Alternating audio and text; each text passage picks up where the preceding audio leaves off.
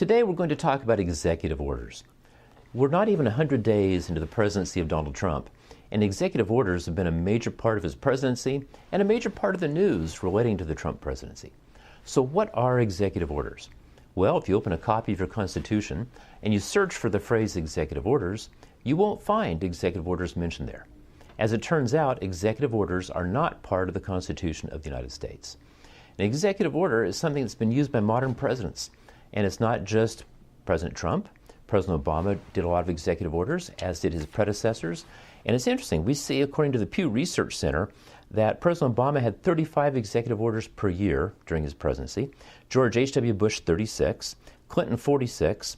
H.W. Bush, 42. And Ronald Reagan topped the list at 48 executive orders per year. Well, what are these executive orders? Well, they're an effort by the White House to set some sort of policy. Those people who would defend the modern executive order, they go back in history and they point to presidents of olden years who had executive orders. As a matter of fact, some will point back to President George Washington and say he had executive orders, one of which was a set of written instructions he left his staff, giving them permission to buy postage stamps while he was out of town.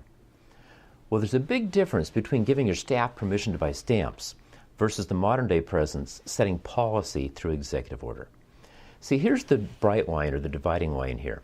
If an executive order is something the president issues to enforce existing law, if it's something he does as his job as a chief executive officer, giving direction to his administrative agencies, as long as those instructions are not making law, they're not changing law, or not setting policy, then those executive orders are fine. They're not lawmaking, they should not be in the code books, they're simply instructions on how to administer the law. But when an executive order goes beyond that, when it sets policy, it adds to a law, creates a law, amends a law, or removes a law, now we have the executive branch moving into lawmaking authority. You see, if you look at the Constitution, Article 1 says all legislative power is vested in the Congress. It's the House of Representatives and the Senate that has the power to make law, not the White House, not the chief executive.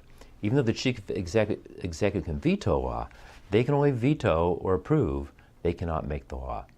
So what we've done in modern America is we've given our presidents kind of a monarchical kind of authority.